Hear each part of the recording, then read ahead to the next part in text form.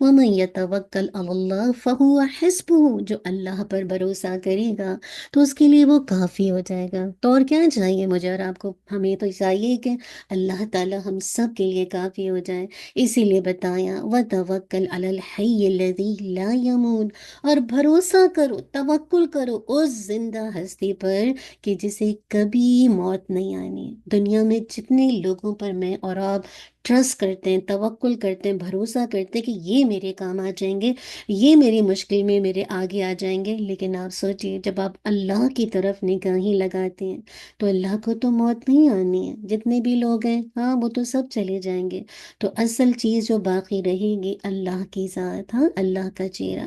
اب آگے بتایا انفاق فی سبیل اللہ کہ افضل صدقہ، اللہ کے نبی صلی اللہ علیہ وسلم سے پوچھا کیا افضل صدقہ کون سا ہے؟ فرمایا سر الی فقیر وجہد من مقل، جو کسی محتاج کو خفیہ طور پر دیا جائے، اور تنگ دست آدمی کے خون پسینے کی کمائی کا صدقہ۔ اللہ اکبر!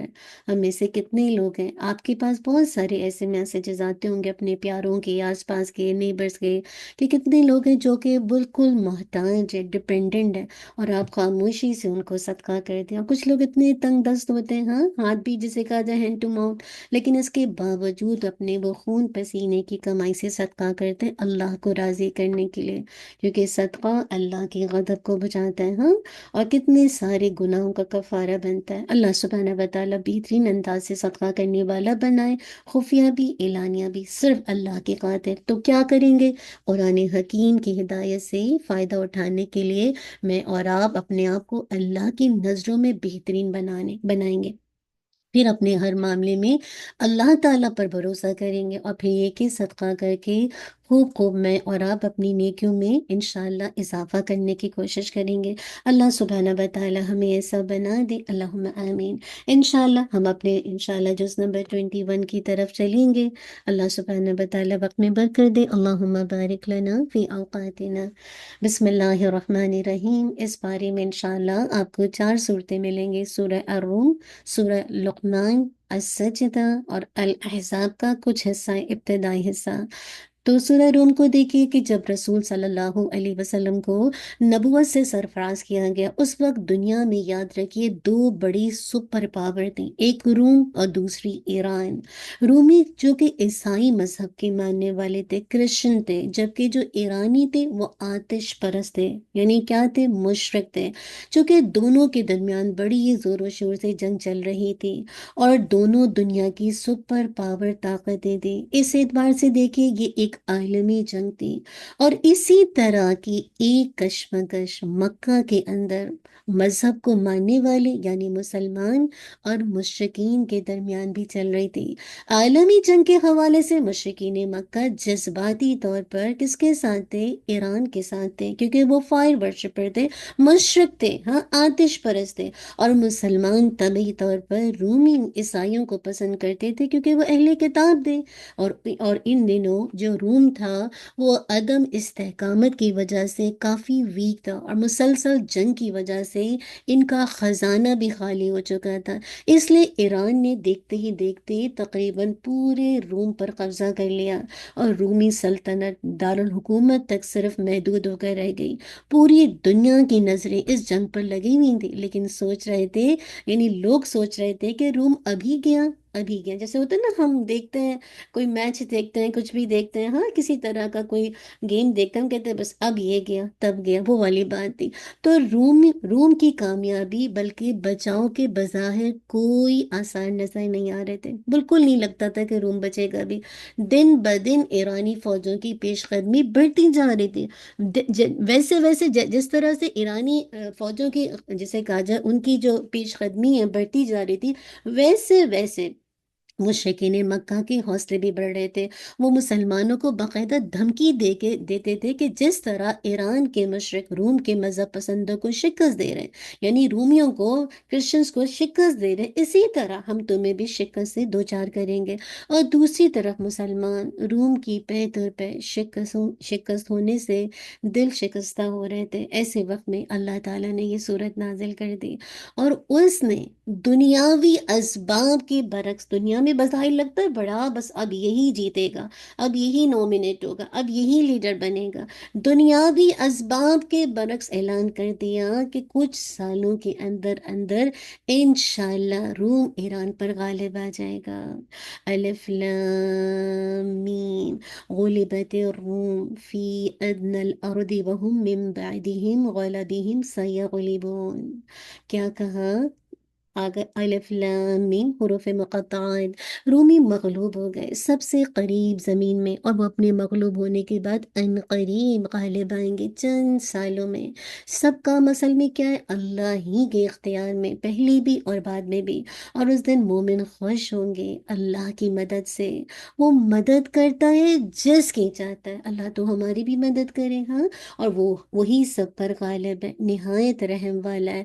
اللہ کا وعدہ ہے، ہاں، اللہ تعالیٰ وعد اللہ لا یخلف اللہ وعدہ ولکن اکثر الناس لا یعلمون، بتا دیا یہ اللہ کا وعدہ ہے، اور اللہ اپنے وعدے کی خلاف ورزی نہیں کرتا۔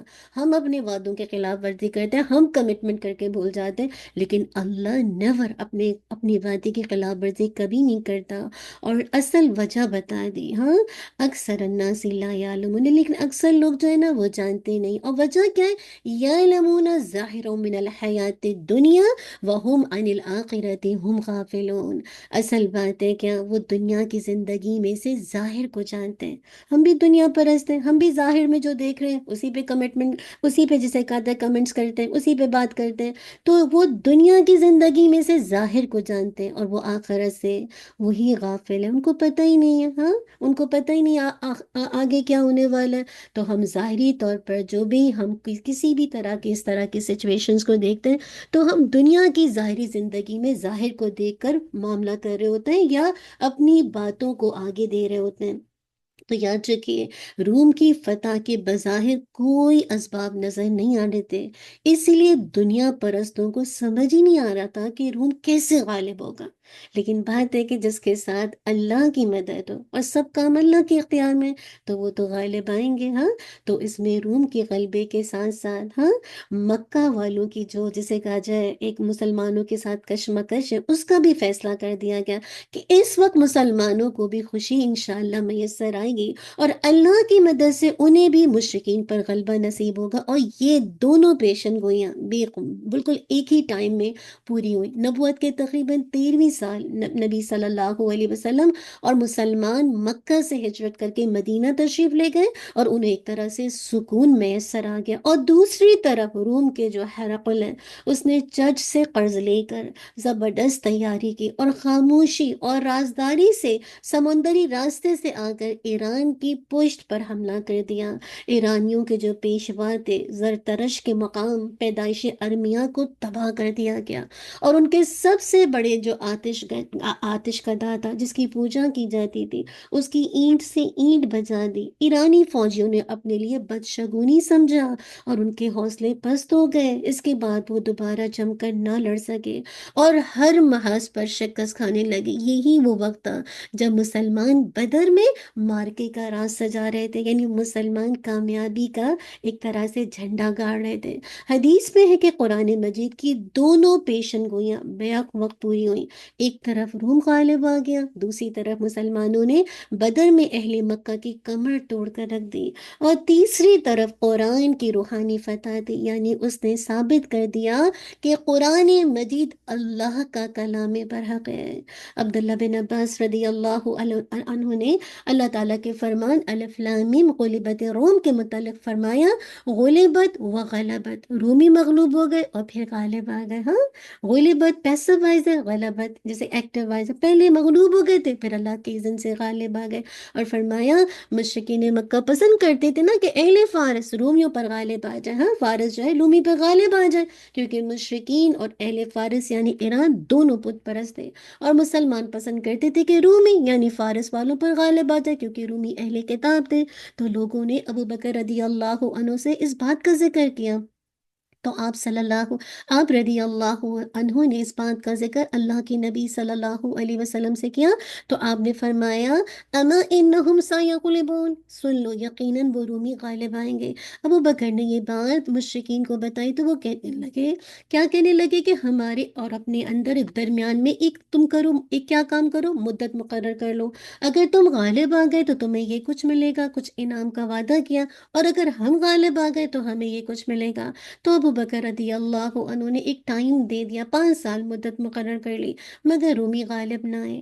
تو ابو بکر رضی اللہ عنہ نے اس کا ذکر اللہ کے نبی صلی اللہ علیہ وسلم سے کیا، تو آپ صلی اللہ علیہ وسلم نے فرمایا تم نے یہ مدت 10 سے کم کیوں نہ مقرر کی؟ ابو سعید رحمہ اللہ فرماتے ہیں اہل بیدعو، اس کا جو لفظ ہے 10 سے کم تک کا ہوتا ہے۔ ابن عباس نے فرمایا پھر بعد میں رومی غالب آ گئے۔ سفیان ثوری رحمہ اللہ نے فرمایا میں نے سنا کہ وہ رومی بدر کے دن ایرانیوں پر غالب آئے، اور اس کے بعد ابو بکر رضی اللہ عنہ شرط جیت گئے، مشرکین سے طے کیا ہوا مال وصول کیا۔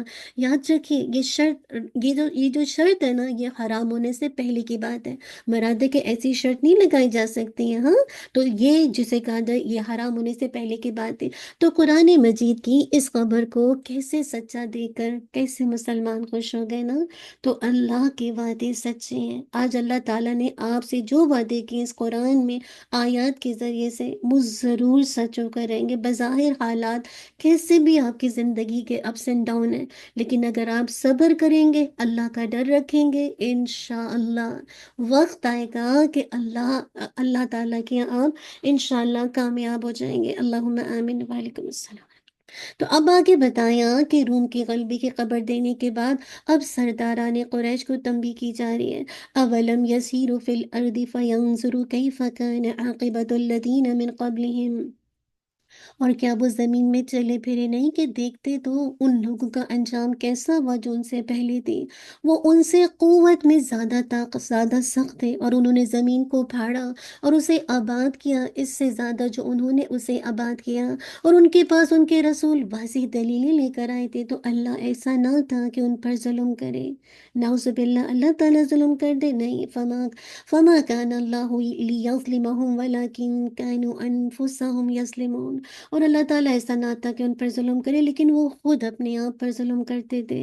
یعنی یہ تو دنیا میں مومنوں اور کافروں کے درمیان انجام میں فرق ہے، اور یاد رکھیے یعنی انہوں نے خود ظلم کیا تو دنیا میں بھی تباہ و برباد ہو گئے، اور آخرت میں بھی ان کا انجام کتنا برا ہوگا۔ لیکن یاد رکھیے یہ تو دنیا میں مومنوں اور کافروں کے درمیان انجام ہے نا، کہ کافروں کو ختم کر دیا جاتا ہے، لیکن قیامت کے دن ان میں بالکل کھلم کھلا اور حتمی فرق ہو جائے گا۔ اسی لیے بتایا وَيَوْمَ تَقُومُ السَّاعَةُ يُبْلِسُ الْمُجْرِمُونَ، کیا کہا جائے گا، اور جس دن قیامت قائم ہوگی اب مجرم کیا ہوں گے، نا امید ہو جائیں گے، اور ان کے لیے ان کے شریکوں میں سے کوئی سفارش کرنے والے نہیں ہوں گے، اور وہ اپنے شریکوں سے منکر ہو جائیں گے، اور جس دن قیامت قائم ہوگی اس دن وہ الگ الگ ہو جائیں گے۔ پھر جو لوگ کیا ہوں گے، ایمان لائے، فَأَمَّا الَّذِينَ آمَنُوا وَعَمِلُوا الصَّالِحَاتِ فَهُمْ فِي رَوْضَةٍ يُحْبَرُونَ، اور جن لوگوں نے ایمان لایا اور انہوں نے نیک عمل کیے تو وہ عالی شان باغ میں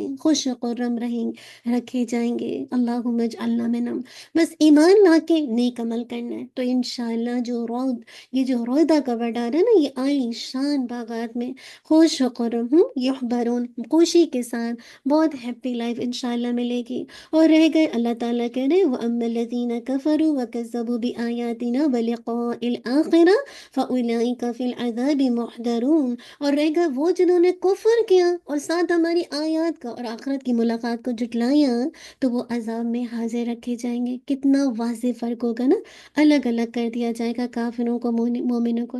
اسی لیے اللہ تعالیٰ نے آگے مزید دلائل کے لیے توحید ربوبیت کو بیان کیا کہ اللہ ہی رب ہے، اللہ ہی خالق ہے، اللہ ہی مالک ہے، اللہ ہی مدبر ہے، اور ساتھ ہی یا جسے کہا جائے یوم آخرت کے دلائل بھی دیے۔ یاد رکھیے روم کی فتح کے ساتھ اللہ تعالیٰ نے قرآن کی صداقت کی نشانی کھول کر جب ان کے سامنے رکھ دی، تو اس کے ساتھ ہی اللہ تعالیٰ نے توحید اور یوم آخرت کے دلائل بھی پیش کر دیے۔ وَمِنْ آیَاتِهِ أَنْ خَلَقَكُم مِّن تُرَابٍ تراب ثم اذا انتم بشر تنتشرون۔ اور اس کی نشانیوں میں سے ہے کیا کہ اس نے تمہیں حقیر مٹی سے پیدا کیا، پھر کیا ہوا، اچانک سے تم بشر ہو جو پھیل رہے ہو۔ امیجنیشن میں لائیے، جہاں قرآن کی صداقت کی نشانی رکھے، ساتھ ہی اللہ نے توحید رکھا کہ تم دیکھو تو صحیح تمہاری نشانی، تم کہاں سے تمہاری ابتدا ہوئی، تم حقیر مٹی سے پیدا کیا ہو اور اچانک سے تم انسان بن گئے، اور جو تم پھیلتے جا رہے ہو پھر اللہ کے آگے تم اتنا بڑے بنتے جا رہے ہو۔ اس لیے مزید دلائل دیے، وَمِنْ آيَاتِهِ أَنْ خَلَقَ لَكُم مِّنْ أَنفُسِكُمْ أَزْوَاجًا لِتَسْكُنُوا إِلَيْهَا وَجَعَلَ بَيْنَكُم مَّوَدَّةً وَرَحْمَةً إِنَّ فِي ذَلِكَ لَآيَةً لِقَوْمٍ يَتَفَكَّرُونَ۔ اور اس کی نشانیوں میں سے ہے کیا کہ اس نے تمہارے لیے تم ہی سے بیویاں پیدا کی، کیوں؟ تاکہ تم ان کی طرف جا کر آرام پاؤ، تمہیں سکون ملے، تم کو قلبی آرام ملے، اور اس نے تمہارے درمیان دوستی اور مہربانی رکھ دی۔ بے شک اس میں ان لوگوں کے لیے یقیناً بہت سی نشانیاں جو غور کرتے ہیں، ہاں، یا تفکرون، جو غور و فکر کرتے ہیں۔ یاد رکھیے یہ جو سکون کا ورڈ آیا نا، ایک قلبی سکون جو ہے، یہ مرد اور عورت کے نکاح ہی سے حاصل ہوتا ہے۔ جو لوگ زانی ہیں، ہاں، جو زنا کرتے ہیں، جو بدکار ہیں، ان کو یہ نعمت میسر نہیں ہوتی۔ یا جو بدبخت ہیں، اپنی ہوس پوری کرتے ہیں، آپ کو پتہ ہے کہ مرد مردوں کے ساتھ، عورتیں عورتوں کے ساتھ، ان کو یہ کبھی میسر نہیں آتا، یہ سکون، یہ اطمینان، یہ ایک دوسرے کے ساتھ مودت رحمت، یہ کبھی نہیں ہوتا۔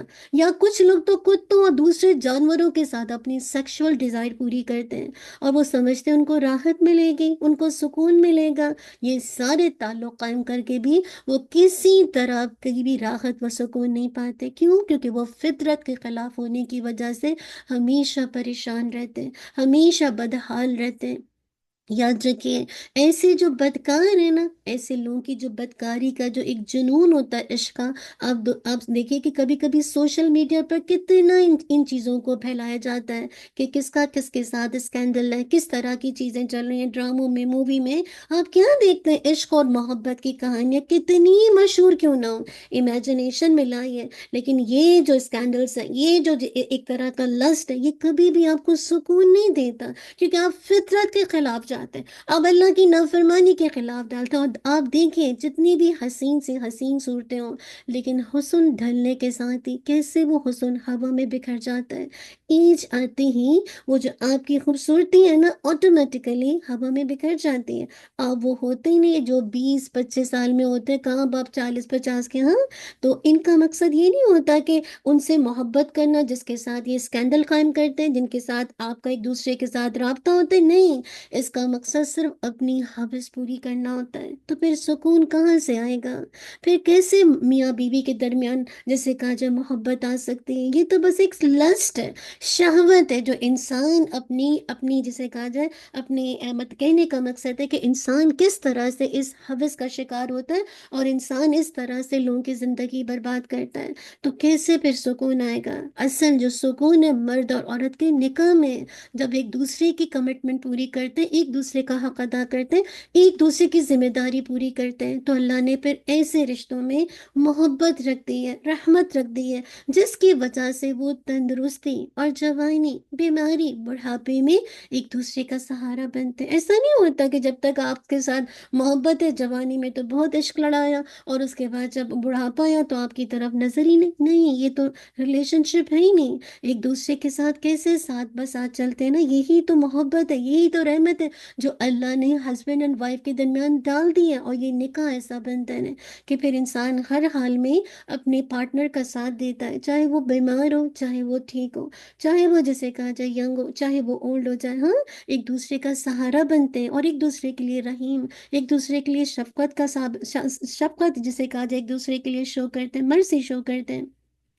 تو اللہ سبحانہ وتعالی ہمیں نکاح کو پروموٹ کرنے والا بنائے، ایسے چھپے راستے جس کے ذریعے سے اس قدر زنا کے دروازے کھل گئے، اور جس کی وجہ سے کرنے کے بعد بھی تعلق بھی قائم کر لے، لیکن سکون نام کی حوث کو پوری کرنے کے باوجود بھی سکون نام کی چیز نہیں ہے۔ چاہے مرد مرد کے ساتھ کرے، مرد عورت کے ساتھ کرے، انسان جانور کے ساتھ کرے، عورت عورت کے ساتھ کرے، یہ سارے رشتے اسی وقت سکون پائیں گے جب نکاح کے بندھن میں بنیں گے۔ اسی لیے فرمایا وَمِنْ آيَاتِهِ خلق السماوات والارض واختلاف السنتکم والوانکم، کیا فرمایا؟ اور اس کی نشانیوں میں سے ہے آسمان اور زمین کو پیدا کرنا، اور تمہاری زبانوں اور تمہارے رنگوں کا الگ الگ ہونا۔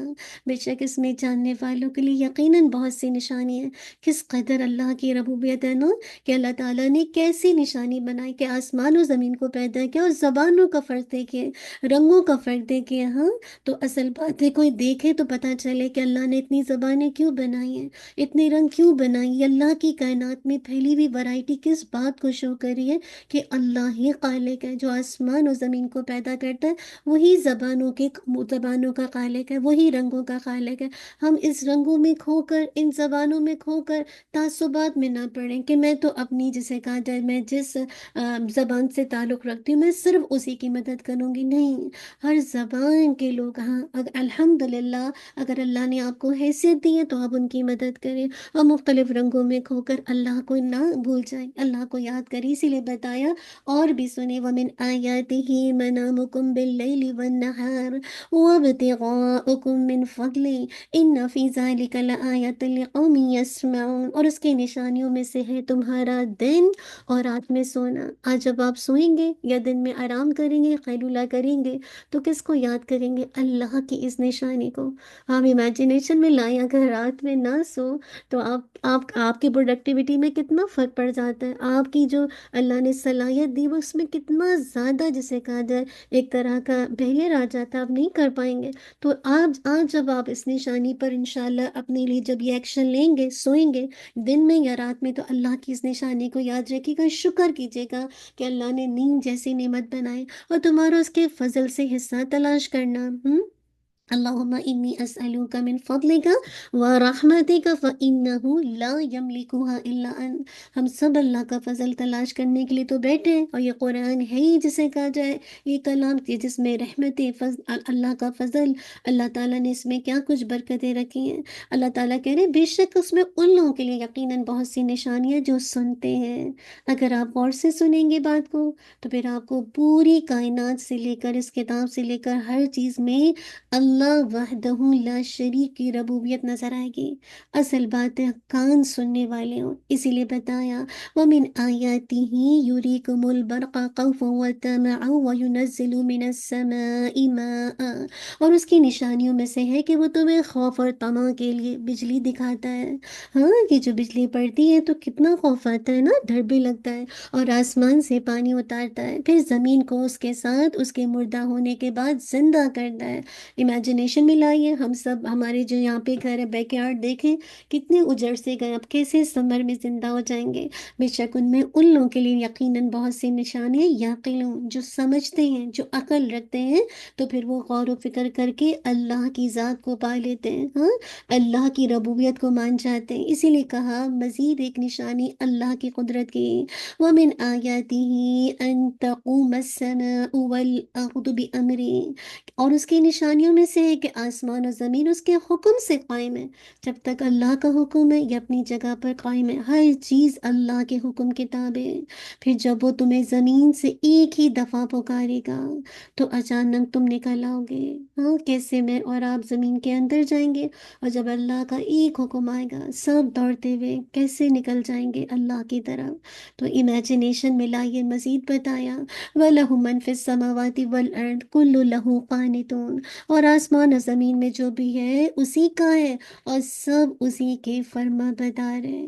امیجنیشن میں لائیے، ساری مخلوق اللہ سبحانہ و تعالیٰ کی اطاعت کر رہی ہے۔ ایک انسان جس کو اللہ تعالیٰ نے عمل کی آزادی دی ہے، وہ کیسے اللہ کی نافرمانی کر رہا ہے نا، کیسے اللہ کے آگے تکبر کر رہا ہے، کیسے اپنے آپ کو بڑی چیز سمجھ رہا ہے۔ آپ سے امیجنیشن میں لائیے، زندگی اور موت، بیماری اور صحت اور دوسرے تمام معاملات زندگی میں، سب مخلوقات اللہ کی فرما بردار ہے، ہر چیز اللہ کی فرما برداری کر رہی ہے۔ صرف اعمال میں انسان جو نافرمانی کرتے ہیں نا، اس کی وجہ صرف یہ ہے کہ اللہ نے انہیں اعمال میں آزادی دے رکھی ہے۔ تو انسان اس آزادی کا غلط استعمال کرتا ہے، اور اس آزادی کا غلط استعمال کر کے اپنی جان پر ظلم کرتا ہے، اور اس طرح سے وہ نافرمانی میں شیر ہوتا ہے۔ آپ دیکھیں نا، اگر آپ اپنی زندگی کو بڑھا سکتے ہیں، اپنی موت کو آگے پیچھے کر سکتے ہیں، بیماری کو روک سکتے ہیں، صحت کو کنٹینیو کر سکتے ہیں، چاہے جتنا جم جوائن کر لیں، آپ جتنا اسپیشل ڈائٹ لے لیں، ہاں کچھ بھی نہیں کر سکتے، آپ کے ہاتھ میں ہے ہی نہیں۔ ہاں، ساری مخلوق یہ سب اللہ کے اختیار میں، آپ کے ہاتھ میں نہیں ہے کہ کب اللہ تعالیٰ آپ کو صحت سے ٹیسٹ لیں گے۔ اگر ایسا ہوتا تو جو لوگ جم جاتے پھر ان کو تو مرنا ہی نہیں ہوتا، ہاں وہ تو اتنا فٹ رہتے۔ اسی طرح جو لوگ بہت ڈائٹ کانشیس ہوتے ہیں پھر ان کو بھی نہیں آتی ہے موت، وہ بھی ہر ایج میں لوگ اللہ کا جب اذن آتا ہے چلے جاتے ہیں اس دنیا سے۔ اللہ نے اصل بات یہ کہ ہر مخلوق جو اللہ کی کریشن ہے، سب اللہ سبحانہ و تعالیٰ کے آگے جھکے قانت ہیں، اس کے فرما بردار ہیں۔ تو مجھے اور آپ کو جو اللہ نے آج سے کہا جائے اعمال میں آزادی دے رکھی ہے، تو میں اور آپ اس کا غلط استعمال کر کے ایسا نہ کریں کہ اللہ کی نافرمانی کریں، بلکہ اس کائنات کی تمام چیزوں کو دیکھیں، جب وہ جھکی ہوئی ہیں، وہ اس کی فرما بردار ہے، تو میں اس آزادی کا استعمال کر کے اللہ کی فرما بردار بنوں۔ اور یہ آزادی اس لیے دی ہے کہ آپ کا ٹیسٹ ہے، آپ کا ٹیسٹ ہے، اور آپ اس ٹیسٹ میں کامیاب ہوتے ہیں تو انشاءاللہ اللہ کی رحمت کو پائیں گے، ہمیشہ کا جو آپ کا گھر ہے، یا پھر اللہ کی رحمت سے دور ہو جائیں گے۔ اللہ تعالیٰ ہمیں اس آزادی کا صحیح استعمال کرنے والا بنا دے۔ اسی لیے بتایا وَهُوَ الَّذِي يَبْدَأُ الْخَلْقَ ثُمَّ يُعِيدُهُ وَهُوَ أَهْوَنُ عَلَيْهِ۔ وہی ہے جو خلق کو پہلی بار پیدا کرتا ہے، پھر اسے دوبارہ پیدا کرے گا، اور وہ اسے زیادہ آسان ہے، اور آسمان و زمین میں سب سے اونچی شان اسی کی ہے۔ اصل بات ہے کہ سب سے اونچی شان کس کی ہے؟ اللہ رب العزت کی، اور وہی سب پر غالب ہے، کمال حکمت والا ہے۔ اصل بڑائی، اصل عظمت، اصل کبریائی، اصل شان اللہ رب العزت کی ہے، اور وہی کیا ہے؟ سب پر غالب ہے۔ جی جی، میوٹ کیجیے گا پلیز۔ وہی، جی، وہی سب پر غالب ہے، کمال حکمت والا ہے۔ اسی لیے اللہ تعالیٰ نے ایک خوبصورت مثال سے ہی توحید کا مسئلہ سمجھا دیا۔ اللہ تعالیٰ دیکھیں آیات کے ذریعے سے بھی توحید کو واضح کر رہے ہیں، چاہے وہ توحید ربوبیت ہو، توحید الوہیت ہو، توحید اسماء و صفات ہو، لیکن ساتھ ساتھ اللہ تعالیٰ کا انداز دیکھیے، بہترین مثال سے توحید کا مسئلہ سمجھا رہے ہیں، مثال سے باتیں اور واضح ہو جاتی ہیں۔ ضرب لکم مثلا من انفسکم هل لكم مما ملكت أيمانكم من شركاء فيما رزقناكم۔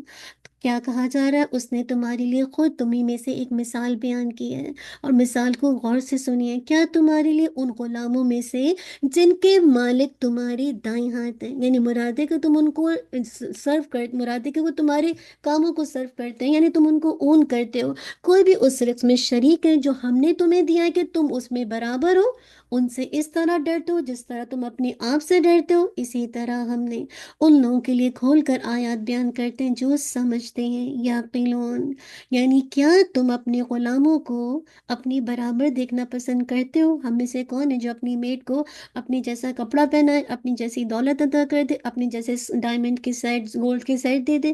کوئی چاہتا ہے اپنے غلاموں کو اپنے برابر دیکھنا؟ نہیں، بالکل نہیں۔ تو پھر اللہ کی مخلوق کو اللہ کے برابر کیسے تم کر رہے ہو؟ کیا تمہاری عقل کام نہیں کرتی؟ ہاں، تمہیں سمجھ نہیں آتا تم خالق کے ساتھ مخلوق کو کیسے ایسوسیٹ کر سکتے ہو، کیسے برابر کر سکتے ہو؟ ہم میں سے عام انسان جس کی کوئی حیثیت نہیں، جو مٹی سے پیدا کیا گیا، ہاں جو ختم ہو جائے گا، یہ جسم ختم ہو جائے گا، جب وہ انسان نہیں پسند کرتا کہ میرے برابر کوئی آ جائے، اللہ نہ کرے کسی کے ہسبینڈ دوسری شادی کر لیں، بتائیے ایک بیوی کو کیسا لگتا ہے؟ نہیں دل چاہتا نا کہ میرے برابر میرے ہسبینڈ کے ساتھ کوئی اور کھڑا ہو جائے؟ ہاں، ایسا ہوتا ہے نا، انسانی فطرت ہے، ہم میں سے کوئی شیئرنگ پسند نہیں کرتا، ہمیں عادت ہے کہ میرا ہسبینڈ میرا رہے، تو وائی ناٹ، وائی اللہ کے ساتھ اس طرح برابر کرتا ہے انسان؟ تو اللہ تعالیٰ کہہ رہے ہیں کیا تمہاری عقل کام نہیں کرتی ہے؟ تم دیکھتے نہیں ہو، غور و فکر نہیں کرتے ہو؟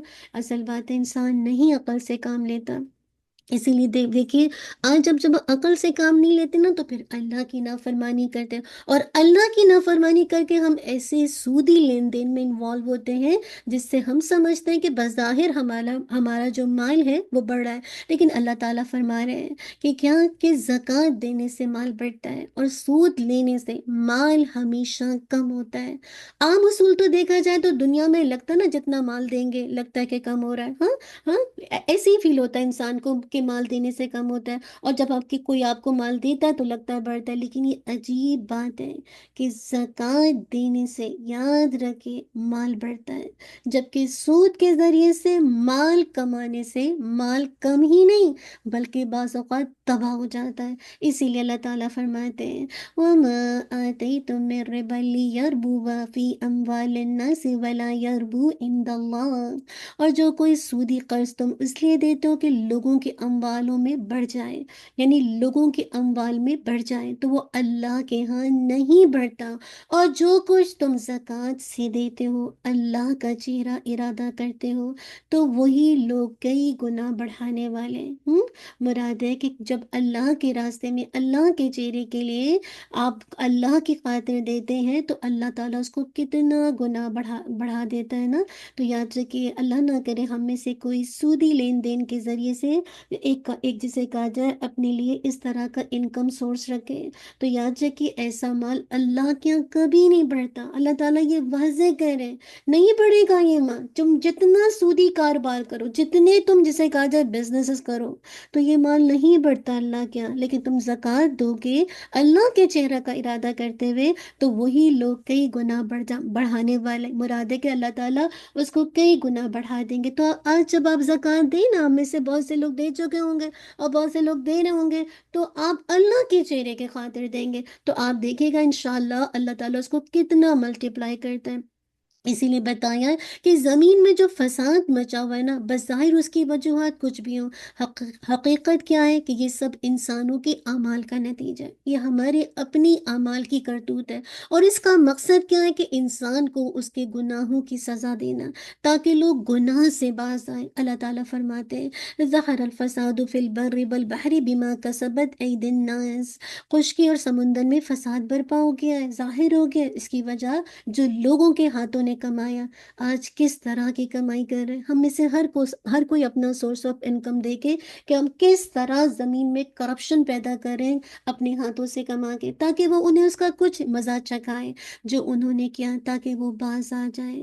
یاد رکھیے خشکی سے مراد میدان، پہاڑ، صحرا وغیرہ، اور سمندر سے مراد کیا ہے جسے کہا جائے جزیرے، ساحلی شہر و دیہات، بحری جہاز و کشتیاں، اور فساد سے مراد کیا ہے یاد رکھیے ہر وہ آفت، ہر وہ مصیبت، ہر لڑائی، ہر جھگڑا، قتل و غارت، قحط، بیماری، فصلوں کی تباہی، بدحالی، سیلاب، زلزلوں کا آنا، یہ سارے فساد ہیں۔ آج نہیں لگتا کہ یہ ساری چیزیں امنڈ آ گئی ہیں؟ ہر طرف لڑائی ہے، جھگڑے ہیں، قتل و غارت ہے، کتنا قحط سالی ہے بعض ملکوں میں، کتنی بیماریاں عام ہو گئی، کتنی فصلیں تباہ ہو گئی ہیں، کتنا زیادہ اللہ کی طرف سے اس طرح کے جھٹکے آتے ہیں زلزلے کے، بدحالی کے، ہاں سیلاب کے۔ آج لگتا نہیں ہر طرف کوئی نہ کوئی آفت و مصیبت ہے، اور یہ سب انسان کے برے اعمال کا نتیجہ ہے۔ تو ہم چاہتے ہیں نا کہ یہ سب سے باز آ جائیں، تو مطلب یہ سب چیزیں ہماری زندگی میں نہ آئیں۔ دن بدن بیماریاں بڑھتی جا رہی، نئی نئی جیسے کہا جب بیماری ڈائگنوز ہو رہی ہے، کس طرح سے آفتیں آ رہی ہیں، اور سب سے بڑا آفت و فتنہ کیا ہے؟ وہ فساد کا شرک ہے۔ جب سے لوگوں نے توحید و سنت کو چھوڑا ہے، قرآن و سنت کو چھوڑا ہے، اس وقت سے زمین پر ظلم و ستم بڑھ گیا۔ اسی لیے تو اللہ کے نبی صلی اللہ علیہ وسلم نے کیا کہا تھا؟ بہترین جنریشن کون ہے؟ یہ یعنی جو اللہ کے نبی کے بعد آئیں گے، اس کے بعد اور اس کے بعد کیا ہو رہا ہے؟ اب آج کی نسلیں کیا کر رہی ہیں؟ قرآن و سنت کو چھوڑ رہی ہیں۔ تو سب سے بڑا فتنہ شرک ہے۔ جب سے یہ کب ہوا؟ جب لوگوں نے توحید کو چھوڑ دیا، قرآن و سنت کو چھوڑا ہے، اس وقت سے آج تک زمین میں مسلسل ظلم و ستم بڑھ گیا ہے۔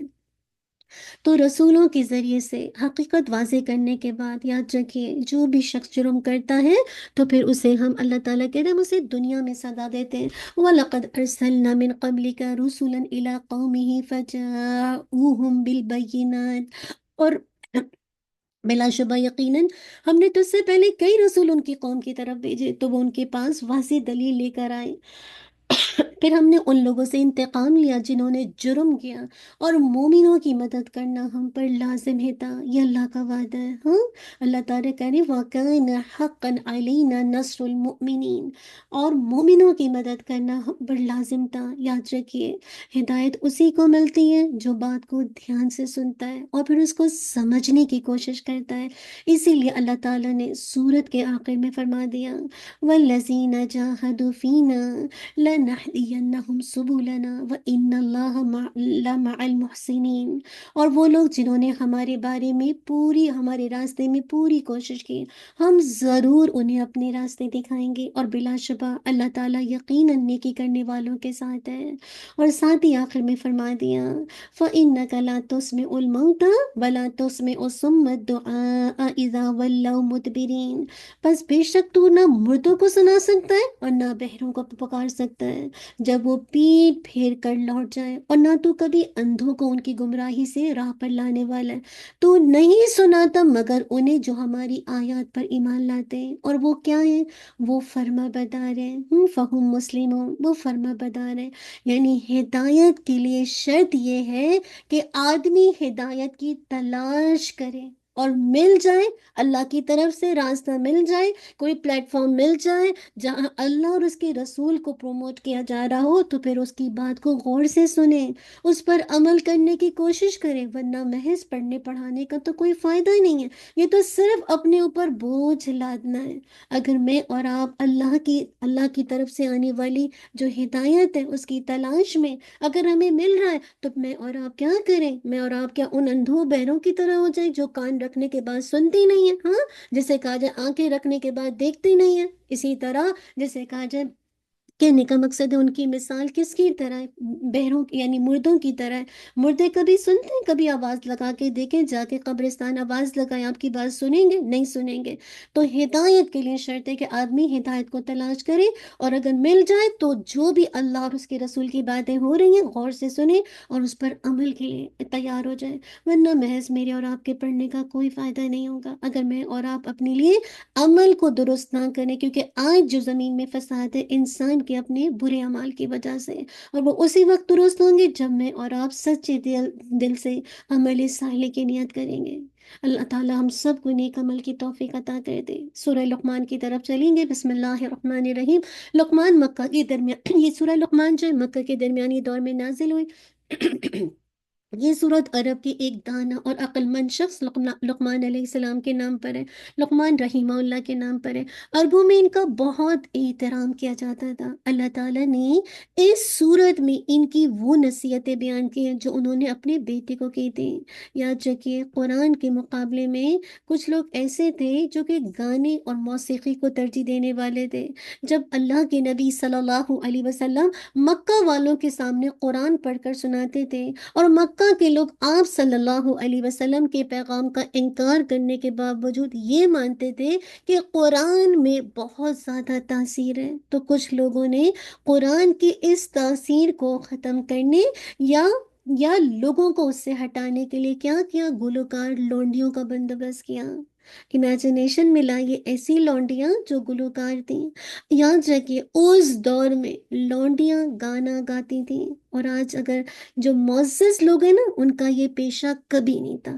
آج جو ہماری بچیاں ڈانس کرتی ہیں، آج جو ہماری بڑی عورتیں جسے کہا جائے گانوں شادیوں میں پتہ نہیں کیا کیا رسموں میں اس طرح سے آپس میں گانے گاتی ہیں، یہ معزز لوگوں کا کام نہیں ہے، یہ اس دور میں بھی لونڈیوں کا کام ہوتا تھا۔ لونڈیاں اس طرح کی گلوکار ہوا کرتی تھی، ایسے ایسے گانے گاتے تھے۔ ہاں، ان کی معاشرے میں وہ عزت نہیں تھی، اور آج بھی ہم اپنے گھرانوں میں دیکھیں کیا کچھ شادی کی رسمیں ہیں، کیا کچھ مہندی کی رسمیں، کیا کچھ مائیوں کی رسمیں، اور بچیاں جوان اتنی قیمتی جو آپ کے لیے سرمایہ ہے، آپ کی آخرت کے لیے اگر آپ نے ان کی صحیح تربیت کی، اور وہی بچیاں سب کے سامنے، اور آج تو ہر ایک کے ہاتھ میں جسے کہا جائے گیجٹس ہیں، اور ہر کوئی ان کی جسے کہا جائے بنا کر اس کو جسے کہا جائے ان کی مووی بنا کر سوشل میڈیا پر ڈال رہا ہوتا ہے۔ امیجنیشن میں لائیے آپ کے پاس ڈائمنڈ ہو، آپ کے پاس گولڈ ہو، آپ اس کو جا کے روڈ پر رکھ دیں گے کہ جس کو چاہے لے لے؟ ایسا تو کبھی نہیں کر سکتے ہم. ان کو تو روڈ پر نہیں رکھیں گے جو ہمارے لیے متاع ہے، مراد ہے کہ یہ ڈائمنڈ اور گولڈ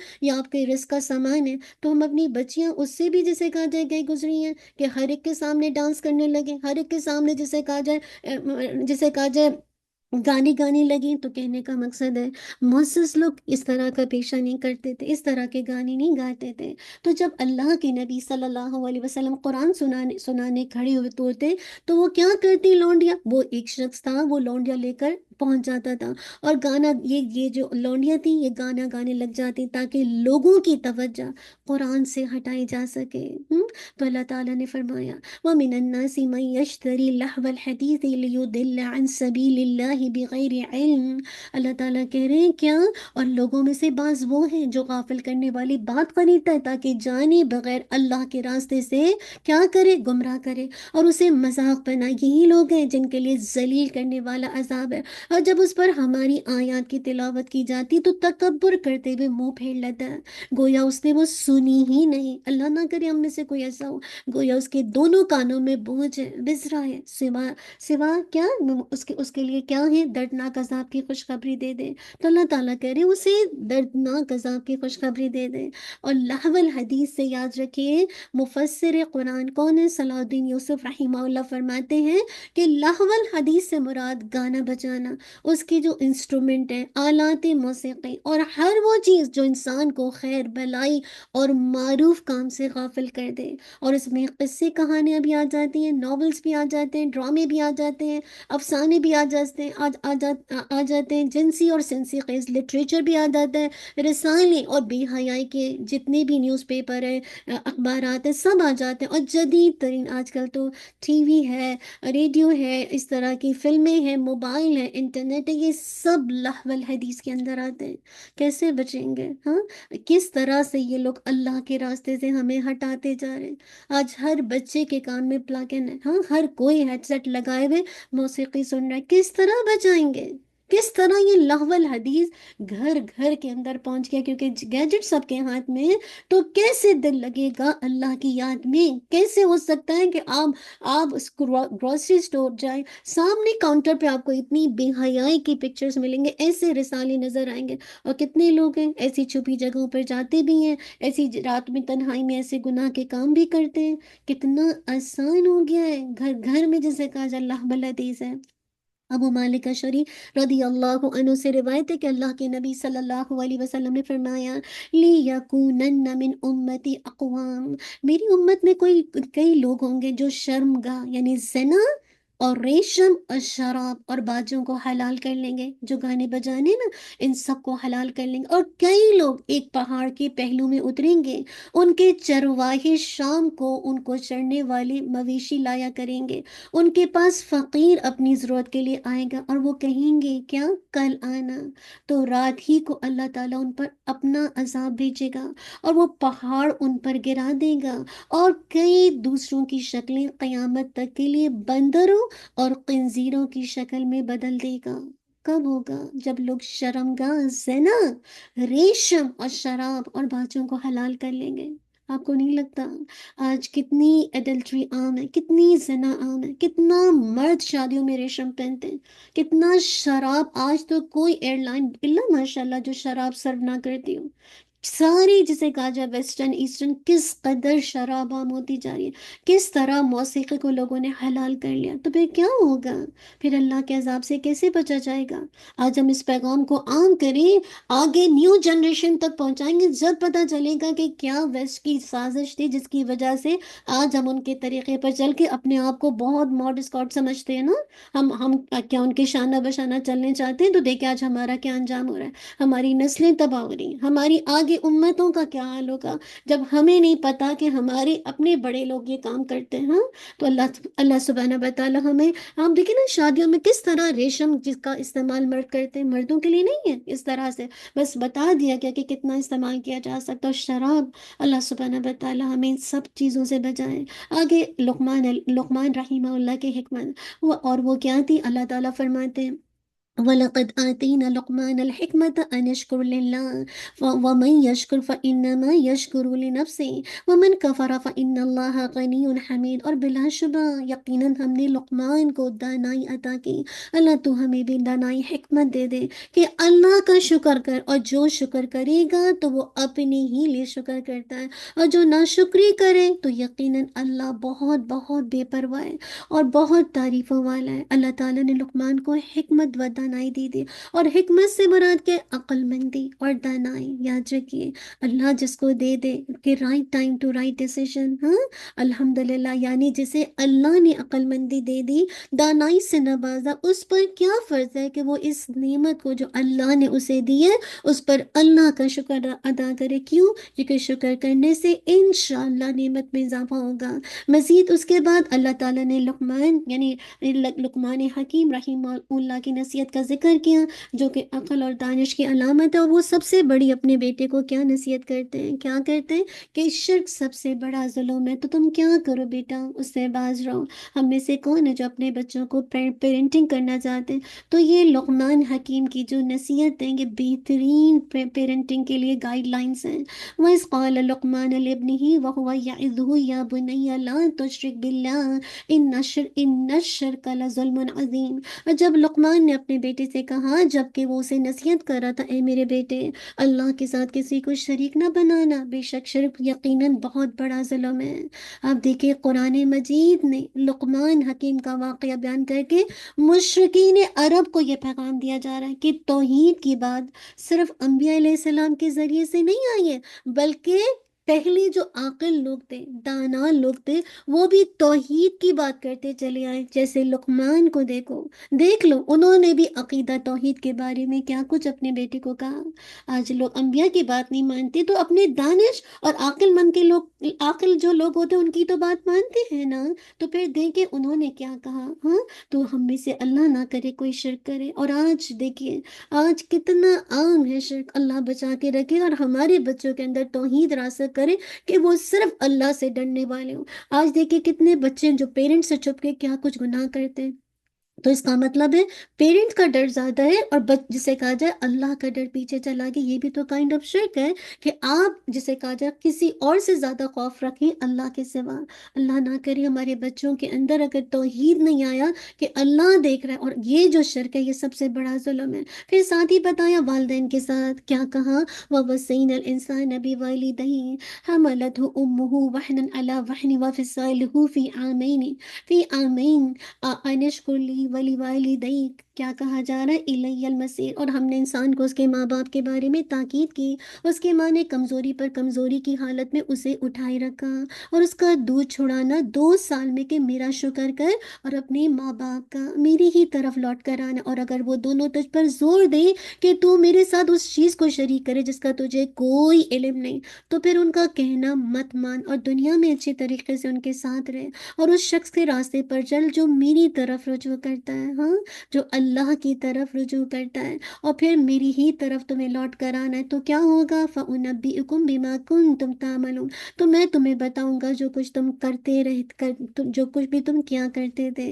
اب آپ دیکھیے کیسے بتا دیا گیا نا کہ والدین کے ساتھ جسے کہا جائے ان کا شکر ادا کرو۔ آج کتنے بچے ہیں جو ماں باپ کا شکر ادا کرتے ہیں، ماں باپ کے لیے اتنا اپنے کندھوں کو جھکا لیتے ہیں، ان کی اتنی رسپیکٹ کرتے ہیں۔ آج ہم باہر آنٹیوں کی، ٹیچرز کی، سب کی تو رسپیکٹ کرتے تھے، لیکن آج جتنا ذلیل آج بچے اپنے ماں باپ کو کرتے ہیں اتنا شاید کسی کو کرتے ہوں۔ تو دراصل اس دور میں مسلمان ہجرت حبشہ کی تیاری کر رہے تھے، اور کافر لوگ کیا کر رہے تھے اپنے بچوں کو کہ تمہیں اپنے والدین کی اطاعت کرنی چاہیے۔ بعض مسلمانوں کے لیے والدین کی عظمت کو سامنے رکھتے ہوئے ہجرت کرنے کا فیصلہ بڑا مشکل ہو رہا تھا، تو اللہ تعالیٰ نے فرمایا کہ والدین کے مقابلے میں اللہ خالق و مالک ہے، اس لیے اس کا مقام بلند تر ہے۔ اگر والدین اللہ کے ساتھ شرک کرنے کا حکم دے تو پھر اس معاملے میں ان کی اطاعت نہیں کی جائے گی، لیکن ان کا حق یہ ہے کہ ان کے ساتھ دنیا کے معاملے میں حسن سلوک کیا جائے گا۔ ایسا نہیں ہے کہ بعض اوقات ایسا ہوتا ہے نا کہ اللہ تعالیٰ مجھے اور آپ کو دین کی سمجھ دے دیتا ہے، اور آپ کے والدین بیچاروں کو اتنا دین کی سمجھ نہیں۔ اب آپ اللہ نہ کرے اس طرح دین کے زوم میں، اس طرح علم کے زوم میں اپنے ماں باپ کو جھڑکنا شروع کر دیں کہ آپ کو تو کچھ پتہ ہی نہیں ہے، آپ تو کچھ جانتے ہی نہیں، آپ کو نماز کا طریقہ نہیں آتا۔ نہیں، یہ الاؤ نہیں ہے۔ آپ ہر حال میں ان کے ساتھ حسن سلوک کریں گے۔ اللہ سبحانہ و تعالیٰ ہمیں اپنے پیرنٹس کے ساتھ بہترین حسن سلوک کرنے والا بنائے، کیونکہ اللہ تعالیٰ نے توحید کے بعد فوراً والدین کی بات کی ہے کہ اپنی ماں ووصینا الانسان بوالدیہ، اپنی والدین کے ساتھ بہترین سلوک کی تاکید کی گئی ہے۔ اس کے ساتھ ہی ساتھ میں بتا دیا کہ چھوٹے سے چھوٹا عمل بھی ہو تو اللہ اس کو کیا ضائع نہیں کرتا۔ یا بنیا، کتنا پیارا انداز ہے بیٹے کے ساتھ، انہا ان تکو مثقال حبۃ من خردل فتکن فی صخرۃ او فی السماوات۔ اے میرے چھوٹے بیٹے، بے شک کوئی چیز اگر رائی کے دانے کی وزن کی ہو، بس کسی چٹان میں ہو یا آسمانوں میں یا زمین میں، تو اللہ اسے لے آئے گا۔ کوئی بھی چھوٹے سے چھوٹا عمل، بڑے سے بڑا عمل اللہ سے نہیں چھپ سکتا۔ کیوں؟ بلا شبہ اللہ باریک بین ہے، پوری خبر رکھنے والا ہے۔ پھر اس کے بعد بتایا ایمان جب انسان لے آتا ہے تو پھر اس کو پتہ ہونا چاہیے کہ اس کے فرائض کیا ہیں۔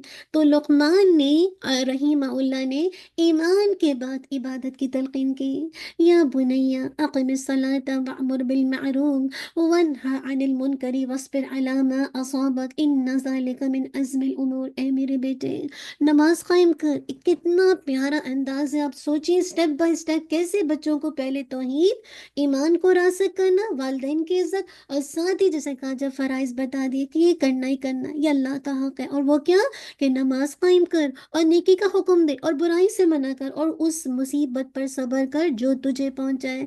کیوں؟ کیونکہ یہ ہمت کے کاموں میں سے۔ اور پھر ساتھ ہی بتا دیا کہ بد اخلاقی سے بچو، عبادت کرنے کے ساتھ ساتھ لوگوں کے ساتھ اچھا اخلاق سے پیش آنا اور بد اخلاقی سے اپنے آپ کو روکنا، یہ بھی بہت ضروری ہے۔ بعض اوقات ایسا نہ ہو کہ عبادت کے گھمنڈ میں آپ سب کو حقیر سمجھیں اور اپنی عبادت کے زوم میں اللہ کے آگے بڑا بن جائے۔ نہیں، ساتھ ہی آپ کا اخلاق بھی اچھا ہونا چاہیے۔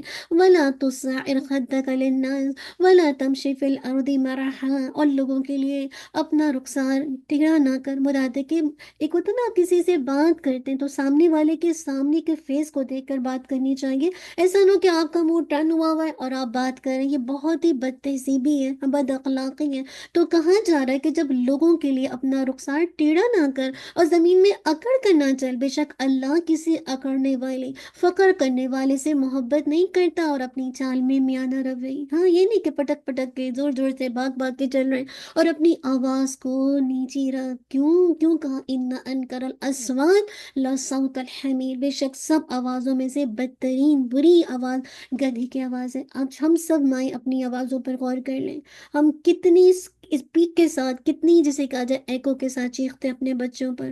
تو اللہ تعالیٰ فرمانے کہ سب سے جو گندی بری آواز ہے، ہاں سب سے زیادہ ورسٹ آواز ہے، وہ گدھے کی آواز ہے۔ تو جب ہم چلا کے بات کرتے ہیں، چیخ کے بات کرتے ہیں اور اپنی آواز کو اونچی کرتے ہیں اور ہم سمجھتے ہیں کہ ہمارا حق ہے، ہمارے بچے، ہم جس طرح چاہیں چیخیں، تو بس دیکھ لیجئے اللہ تعالیٰ کہہ رہے نہیں، آواز کو نیچی رکھو۔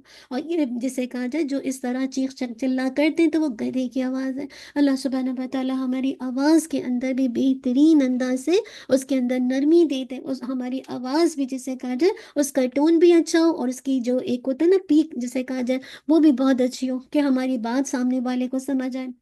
اب آپ دیکھیے کہ قرآن مجید کے جو عقلی اور عملی دلائل کے بعد اب مشرکین قریش کے پاس سوائے اس بات کے کہ وہ اپنے باپ دادا کی پیروی کریں، اس کی کوئی دلیل نہیں ہے۔ اللہ تعالیٰ فرماتے ہیں وَمِنَ النَّاسِ مَن يُجَادِلُ فِي اللَّهِ بِغَيْرِ عِلْمٍ۔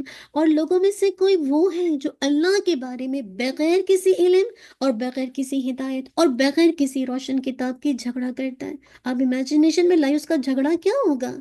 نہ کوئی علم ہے، نہ کوئی ہدایت ہے، نہ روشن کتاب ہے۔ اور جب ان سے کہا جاتا ہے کہ اس کی پیروی کرو جو اللہ سبحانہ و تعالیٰ نے نازل کیا، تو کہتے ہیں بلکہ ہم اس کی پیروی کریں گے جس پر ہم نے اپنے باپ دادا کو پایا۔ اللہم اغفر لی، آج بھی یہی جملہ ہے۔ اور اللہ تعالیٰ کہہ رہے اولو کان الشیطان یدعوہم الی عذاب السعیر۔ اور کیا اگر شیطان انہیں بھڑکتے ہوئی آگ کے عذاب کی طرف بلاتا رہو تب بھی تم ان کی پیروی کرو گے؟ تمہارے باپ دادا شیطان کی پیروی کرنے والے تھے، اصل دین پتہ نہیں تھا، قرآن و سنت سنت کے ساتھ نہیں جڑے ہوئے تھے، تو پھر بھی تم ان کی پیروی کر کے شیطان کی طرف بھڑکتی ہوئی آگ کا نشانہ بننا چاہ رہے ہو، تو پھر چلے جاؤ، جس کو جیسا راستہ اختیار کرنا۔ اسی لیے آخر میں مجھے اور آپ کو نصیحت کی جا رہی ہے، ہر صورت کی طرح اس صورت کے آخر میں بھی انسانوں کو خطاب کر کے فرمایا، یا ایھا الناس اتقوا ربکم واخشوا یوما لا یجزی والد عن ولدی۔ کیا کہا جا رہا ہے؟ اے لوگوں، اپنے رب سے ڈرو۔ اتنا کچھ سننے کے بعد اگر ڈر نہیں آتا تو اللہ سے رو کر رمضان کی گھڑیوں میں مانگے، اور اس دن سے ڈرو کہ نہ باپ اپنے بیٹے کے کام آئے گا، اور نہ کوئی بیٹا ہی ایسا ہوگا جو اپنے باپ کی کسی کام آنے والا ہو۔ کوئی نہیں، آج دنیا میں فکر ہے نا، کل مجھے اور آپ کو کوئی فکر نہیں ہونے والی اپنے کسی بھی رشتے کی۔ اصل بات کیا ہے؟ ان وعد اللہ حق فلا تغرنکم الحیات الدنیا۔ اصل بات یہ ہے کہ اللہ کا وعدہ سچ ہے، تو کہیں دنیا کی زندگی تمہیں دھوکے میں نہ ڈال دے، اور کہیں وہ دغا باز شیطان اللہ کے بارے میں تمہیں دھوکہ نہ دے جائے۔ ولا یغرنکم باللہ الغرور۔ ایسا نہ ہو کہ تم اس دغا باز کی اس کی باتوں میں آ کر تم دھوکہ نہ کھا جاؤ۔ تو آخری جو بات ہم سب سے کی جا رہی ہے، اللہ کے ڈر، اور وہ اس دن کا منظر بتا دیا کہ کوئی کسی کے کام نہیں آئے گا۔ آج ہم ان کی اتنی فکر کرتے ہیں، ہاں، لیکن کل یہ ہمارے کچھ کام نہیں آئیں گے۔ تو اللہ سبحانہ و تعالیٰ اس دنیا کے دھوکے میں ہمیں اپنی آخرت کا نقصان نہ کرنے والا بنائے۔ یہ دنیا دھوکہ ہے، ڈیلوژن ہے، اس سے نکلیے اور جو کرنے کا کام ہے وہ کیجیے، ورنہ یہ ہمیں اللہ کے بارے میں بھی دھوکہ دے دے گا۔ کتنے لوگ ہیں، تو مجھے کوئی بتا رہا تھا کہ میں نے پہلے بھی شاید شیئر کیا ہے اس کلاس میں یا کیا، کہ آپ دیکھیں کتنے لوگ ہیں مسلمان اور کرسچن بن رہے ہیں نا کچھ لوگ۔ آپ دیکھیں وہ کس بات پہ کرسچن بنا، حالانکہ اچھا خاصی پریکٹیکل مسلمان، لیکن کیا چیز اس کو کرسچن بنا گئی کہ کہتے ہیں کہ اللہ کے نبی تو دنیا سے چلے گا، لیکن چونکہ عیسیٰ علیہ السلام ابھی واپس آئیں گے تو اس کا مطلب وہ زندہ ہیں، تو لہٰذا جو زندہ ہے اسی کی عبادت کی جائے گی، تو میں اپنا اسلام چھوڑتا ہوں اور کرسچن بنتا ہوں۔ کیا مت مارتا ہے نا شیطان ہمارے اندر، کیا کچھ وسوسے ڈالتا ہے۔ دعا بھی آپ پڑھا کیجیے، ربی اعوذ بک من ہمزات الشیاطین و اعوذ بک ان یحضرون۔ یہ دھوکہ ہے، انسان کو اس طرح سے انسان کے پاس آ کے وسوسے ڈالتے جیسے اس نے ہمارے باپ کو وسوسہ ڈالا اور کیسے جنت سے نکال دیا۔ تو میں اور آپ کبھی بھی اس کے دھوکے میں نہ آئے، اور جو اس دن کی تیاری کرنی ہے آج ہی کرے، ورنہ بہت زیادہ جسے کہا جائے بہت کچھ جسے کہا جائے مشکلات ہیں نا، اللہ سبحانہ وتعالیٰ آسانی کرے۔ سورہ السجدہ، بسم اللہ الرحمن الرحیم۔ ابو ہریرہ رضی اللہ عنہ سے روایت ہے، کان النبی صلی اللہ علیہ وسلم یقرأ فی الجمعۃ فی صلاۃ الفجر۔ اور وہ دعا کون سی جسے کہا جائے صورتیں، اللہ کے نبی صلی اللہ علیہ وسلم جمعے کے دن فجر کی نماز کے بعد سورہ سجدہ اور سورہ دحر کی تلاوت کیا کرتے تھے، اور آپ رات میں سونے سے پہلے بھی اس کی تلاوت کیا کرتے تھے۔ اب اس آیت کے اندر اللہ تعالیٰ کی جو قدرت ہے اور اس کی جو نعمت ہے اس کا ذکر کیا گیا ہے، ہاں، کہ میں اور آپ ان کا ذکر دیکھیں اور اللہ کی وحدانیت کو جانیں۔ اللہ الذی خلق السماوات والارض وما بینہما فی ستۃ ایام۔ کیا کہا جا رہا ہے؟ اللہ وہ ہے جس نے آسمان اور زمین اور ان دونوں کے درمیان کی ہر چیز کو 6 دنوں میں پیدا کیا ہے۔ کس نے کیا ہے سب کچھ؟ کیا کچھ آسمان اور زمین کے درمیان ہے ہم تو جانتے ہی نہیں، سب کچھ اللہ نے 6 دن میں پیدا کیا۔ پھر وہ عرش پر بلند ہوا، اور اس کے سوا تمہارا نہ کوئی دوست ہے نہ کوئی سفارش کرنے والا، تو کس سے دوستی کریں، کس کی ولایت لیں؟ اللہ کی۔ تو کیا تم نصیحت نہیں حاصل کرو گے؟ افلا تتذکرون، تو تم کیا نہیں نصیحت لوگے؟ اسی لیے کہا اگر نہیں لیتے تو پھر آگے سنیے، یدبر الامر من السماء الى الارض ثم يعرج الیہ فی یوم کان مقدارہ۔ کہا جا رہا ہے وہ آسمان سے زمین تک ہر معاملے کی تدبیر کرتا ہے، سارے معاملات اس کے ہاتھ میں، پھر وہ معاملہ اس کی طرف ایسے دن میں اوپر جاتا ہے جس کی مقدار 1000 سال ہے، اس حساب سے جو تم شمار کرتے ہو۔ اصل بات ہے ذالک عالم الغیب شہادت العزیز الرحیم، وہی غائب اور حاضر کو جاننے والا، سب پر غالب، نہایت رحم والا ہے۔ کیا کچھ اللہ تعالیٰ کی وحدانیت ہے، کیا کچھ اللہ تعالیٰ کی ربوبیت صرف کھول کھول کر بیان کر دی۔ ہم صرف ٹرانسلیشن پڑھیں تو ہمیں سمجھ جائے گا کہ سب کچھ کا جاننے والا اللہ رب العالمین ہے، وہ سب پر غالب ہے اور سب پر رحم کرنے والا۔ اللہ تو ہم سب پر رحم کر دے۔ الذی احسن کل شیء خلقا، جس نے اچھا بنایا، ہر چیز کو بہترین بنایا جو اس نے پیدا کی، اور انسان کی پیدائش تھوڑی سی مٹی سے شروع کی، پھر اس کی نسل ایک حقیر پانی کے خلاصے سے بنائی، پھر اسے درست کیا اور اس میں اپنی ایک روح پھونکی، اور تمہارے لیے کیا بنائے؟ اللہ تعالیٰ کہہ رہے ہیں وجعل لکم السمع والابصار والافئدہ، لیکن شکوہ کیا اللہ تعالیٰ کا، قلیلا ما تشکرون، ہاں؟ اس نے تمہارے لیے یعنی تم کو کس طرح بنایا، پانی کے خلاصے سے تم کو درست کیا، روح پھونکی، اور تمہارے لیے کان، آنکھ اور دل بنا۔ یہ وہ ٹولز تھے، یہ وہ فیکلٹیز تھی جس کے ذریعے سے ایمان اندر جاتا، جس کے ذریعے سے علم اندر آتا۔ لیکن ہوا کیا، جب ہم نے اس کو بند کر دیا تو پھر ہم نے اس کی ناشکری کی۔ آج اگر میں اور آپ ان ٹولز کا صحیح استعمال نہیں کرتے، کانوں سے حق کے بجائے جسے کہا جائے ایسی باتیں، لغویات، لہو الحدیث سنتے ہیں، تو یہ کان کل آپ کو فائدہ نہیں دیں گے، یہ آپ کے خلاف گواہی دیں گے۔ آنکھیں جو اللہ نے دی تھی، اللہ کی کائنات کو دیکھیں، ان آیات کو دیکھیں، اگر ہم ان سے فحاشی کی چیزیں دیکھتے ہیں، ایسے میگزین دیکھتے ہیں، تو یہ کل آنکھیں کل آپ کے خلاف گواہی دیں گی۔ دل بنائے تھے اللہ کی یاد کے لیے، لیکن اس دل میں اللہ کی یاد کے بجائے ساری دنیا کی یادیں موجود ہیں، ساری دنیا کی چیزوں کی یاد دل میں ہے۔ تو پھر یہ تو بہت ناشکری ہے کہ جس نے وہ نعمت دی اس کو بھول کر آپ اس کے خلاف ان نعمتوں کو استعمال کریں، تو یہ تو دراصل سراسر ناشکری۔ اسی لیے بتایا کہ سورہ روم میں دیکھیں اللہ نے مشرکین عرب کی جو اخلاقی حالت ہے اس کا اکاؤنٹ میں ایڈ ہو جاتا ہے کیا جو ہم پلیز آپ اس کو میوٹ کیجئے۔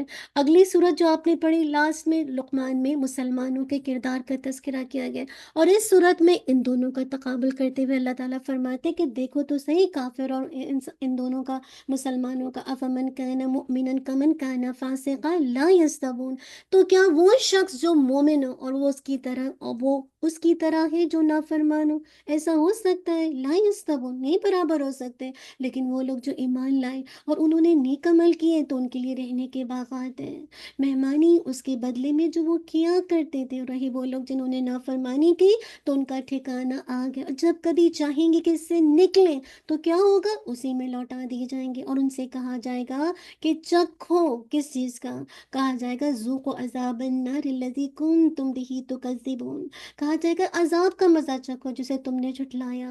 اور اسی لیے اللہ تعالیٰ کہہ رہے کہ گناہوں کی سزا صرف آخرت میں ان کو نہیں ملے گی، یہ جو جھٹلایا ہے نا، اس کی سزا انہیں دنیا میں بھی ملے گی۔ اللہ تعالیٰ کہہ رہے وَلَا نُذِيقَنَّهُم مِّنَ الْعَذَابِ الْأَدْنَىٰ دُونَ الْعَذَابِ الْأَكْبَرِ لَعَلَّهُمْ يَرْجِعُونَ، اور یقیناً ہم انہیں قریب ترین عذاب کا کچھ حصہ، کچھ حصہ سب سے بڑے عذاب سے پہلے ضرور چکھائیں گے۔ اللہ تعالیٰ ان کو کس طرح سے، جسے کہا جائے مختلف طرح کے عذاب دیتے ہیں تاکہ یہ واپس آ جائیں، اللہ کی طرف لوٹیں، اس بڑے عذاب سے پہلے جسے کہا جائے اللہ کی طرف پلٹیں تاکہ وہ پلٹ آئیں۔ اور اللہ تعالیٰ کہہ رہے ہیں اس سے بڑا ظالم کون ہے، جسے اس کے رب کی آیات کے ساتھ نصیحت کی جائے پھر اس نے اس سے منہ پھیر لیا۔ آج کتنے لوگ ہیں جو اس نصیحت کو سننا نہیں چاہتے، اس قرآن و سنت کو جاننا نہیں چاہتے، اس سے منہ پھیرنا چاہتے ہیں۔ تو اللہ تعالیٰ کہہ رہے ان من المجرمین منتقمون، یقیناً ہم مجرموں سے انتقام لینے والے ہیں۔ اور قرآن میں انتقام کا معنی کیا ہے، ہمیشہ کی ہلاکت اور تباہی، یعنی جو لوگ بھی اللہ کے کلام سے منہ موڑے میں وہ ایک طرح کے کرمنل ہیں، مجرم ہیں، اور اللہ ان سے ضرور انتقام لے گا۔ اسی لیے اب آگے سورہ الاحزاب، بسم اللہ الرحمن الرحیم، مدنی صورت ہے۔ مدینہ میں 5 ہجری کو یہودیوں نے پورے عرب قبائل میں ایک مہم چلائی کہ سب مل کر مدینہ پر حملہ کریں گے اور مسلمانوں کا ختم کر دیں گے، مسلمانوں کو ختم کر ڈالیں گے۔ تمام بڑے قبائل مسلمانوں کو اپنے لیے خطرہ سمجھ رہے تھے، انہوں نے یہود کی آواز پر لبیک کہا اور سب نے مل کر مدینہ پر حملہ کر دیا۔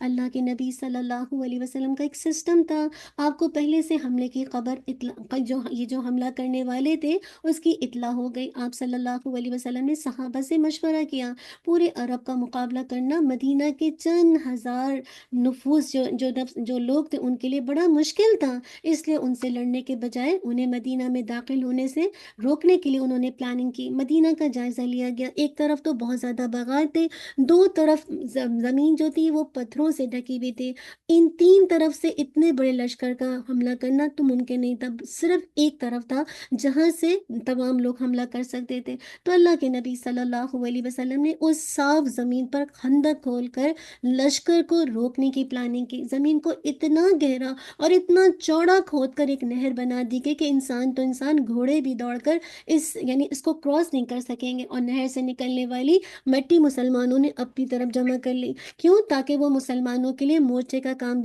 بھی دے، اور مشرکین اسے ڈال کر خندق کو، جسے کہا جائے، کراس نہ کر پائے۔ جب دشمن مسلمانوں کو ختم کرنے کے عزم کے ساتھ مدینہ میں وارد ہوئے تو خندق کو دیکھ کر اپنے دانت پیسنے لگے۔ اب انہوں نے پروگرام بنایا کہ یہود کو ساتھ میں لا کر انہیں کہیں کہ وہ اندر سے مسلمانوں پر حملہ کریں۔ جب مسلمان ان کی طرف متوجہ ہوں گے تو ہم خندق کو کراس کر کے اس کے اندر داخل ہو جائیں گے مدینہ میں، اور پیچھے سے مسلمانوں پر حملہ کر دیں گے۔ اس طرح مسلمانوں کو چکی کے 2 پارٹوں کے اندر پیس کر ہمیشہ کے لیے ہم ختم کر دیں گے۔ یہودی تو ہمیشہ سے دغاباز قوم ہے، تو یہودی نے پہلے سے ہی مسلمانوں سے ایک تو خار کھاتے تھے، نفرت کرتے تھے، انہوں نے بھی اس موقع کو غنیمت جانا اور اندر سے حملہ کرنے کے لیے تیار ہو گئے۔ اس موقع پر ایک کافر سردار مسلمان ہو گیا۔ اللہ کے نبی صلی اللہ علیہ وسلم نے اس کے ذریعے سے مشرکین اور یہود کو ایک دوسرے سے اکٹھا کر دیا، اور ان کی یہ ساری پلاننگ ایک طرح سے فیل ہو گئی۔ اسی لیے آگے منافقوں کا رول بتایا جا رہا ہے۔ کیا؟ اس موقع پر منافقین نے یہودیوں کو جنگ پر آمادہ کرنے اور مسلمانوں کا حوصلہ پست کرنے پر بھرپور محنت کی۔ تو لہٰذا اس صورت میں اس جنگ کے دوران منافقین کا جو کردار انہوں نے ادا کیا، اللہ تعالیٰ نے اس سے پردہ ہٹا کر مجھے اور آپ کو بتایا کہ دیکھو منافق کون ہے۔ اللہ تعالیٰ فرماتے ہیں هُنَالِكَ ابْتُلِيَ الْمُؤْمِنُونَ وَزُلْزِلُوا زِلْزَالًا شَدِيدًا وَإِذْ يَقُولُ الْمُنَافِقُونَ وَالَّذِينَ فِي قُلُوبِهِم مَّرَضٌ۔ کیا؟ اس موقع پر ایمان والے آزمائے گئے اور ہلائے گئے، سخت ہلایا جانا۔ اور جب منافق لوگ اور وہ لوگ جن کے دلوں میں کچھ بیماری ہے کہتے ہیں کہ اللہ اور اس کے رسول نے ہم سے محض، جسے کہا جائے، ہم سے محض دھوکہ دینے کے لیے وعدہ کیا تھا، اور جب ان میں سے ایک گروہ نے کہا اے یثرب والوں، تمہارے لیے ٹھہرنے کی کوئی صورت نہیں، پلیز آپ میوٹ کیجئے، یہ دوسرے والے روم سے آواز آ رہی ہے، پلیز آپ اس کو میوٹ کیجئے۔ تو کیا کہا جا رہا ہے؟ اور جب ان میں سے ایک گروہ نے کہا اے یثرب والوں، تمہارے لیے ٹھہرنے کی کوئی صورت نہیں، بس لوٹ چلو، منافق کہہ رہا ہے۔ ان میں سے ایک گروہ نبی سے اجازت مانگتا کہتے تھے ہمارے گھر تو غیر محفوظ ہیں، حالانکہ وہ کسی طرح غیر محفوظ نہیں، وہ بھاگنے کے سوا کچھ نہیں چاہتے، اور اگر اس شہر میں ان پر اس کے کناروں سے داخل ہوا جاتا، پھر ان سے فتنہ برپا کرنے کا سوال کیا جاتا، تو یقیناً وہ اسے عمل میں لے آتے اور اس میں دیر نہ کرتے مگر تھوڑی۔ ہاں، فتنے میں تو یہ آگے رہنا چاہتے ہیں، ہاں فساد تو یہ برپا کرنا چاہتے ہیں، یہ تھوڑی پیچھے رہنے والے۔ لیکن جب ان کو، جسے کہا جائے، ان کو دین کی سربلندی کے لیے بلایا جائے تو کس طرح سے آگے ایکسکیوز پیش کرتے کہ لوٹ چلو۔ ہاں، اللہ کے نبی سے اجازت مانگ کے اس طرح کے لیم ایکسکیوز پیش کرنا کہ ہمارے گھر تو غیر محفوظ ہیں، اور اس طرح وہ فرار چاہتے تھے اس قصبے کے موقع پر۔ ایسے موقع پر دیکھیے منافقوں کے کردار کے مقابل مومنوں کا کردار، مومنوں کو کس طرح سے رول ہے کہ مومن کی کیا کیفیت ہوتی ہے ایسے موقع پر۔ وَلَمَّا رَأَى الْمُؤْمِنُونَ الْأَحْزَابَ قَالُوا هَذَا مَا وَعَدَنَا اللَّهُ وَرَسُولُهُ وَصَدَقَ اللَّهُ وَرَسُولُهُ وَمَا زَادَهُمْ إِلَّا إِيمَانًا وَتَسْلِيمًا۔ اور جب مومنوں نے لشکروں کو دیکھا تو انہوں نے کہا یہی وہی ہے جس کا اللہ اور اس کے رسول نے ہم سے وعدہ کیا تھا۔ اللہ اکبر! اور اللہ اور اس کے رسول نے سچ کہا، اور اس چیز نے ان کو ایمان اور فرما برداری ہی میں زیادہ کیا۔ یہ مومن کا حال ہے۔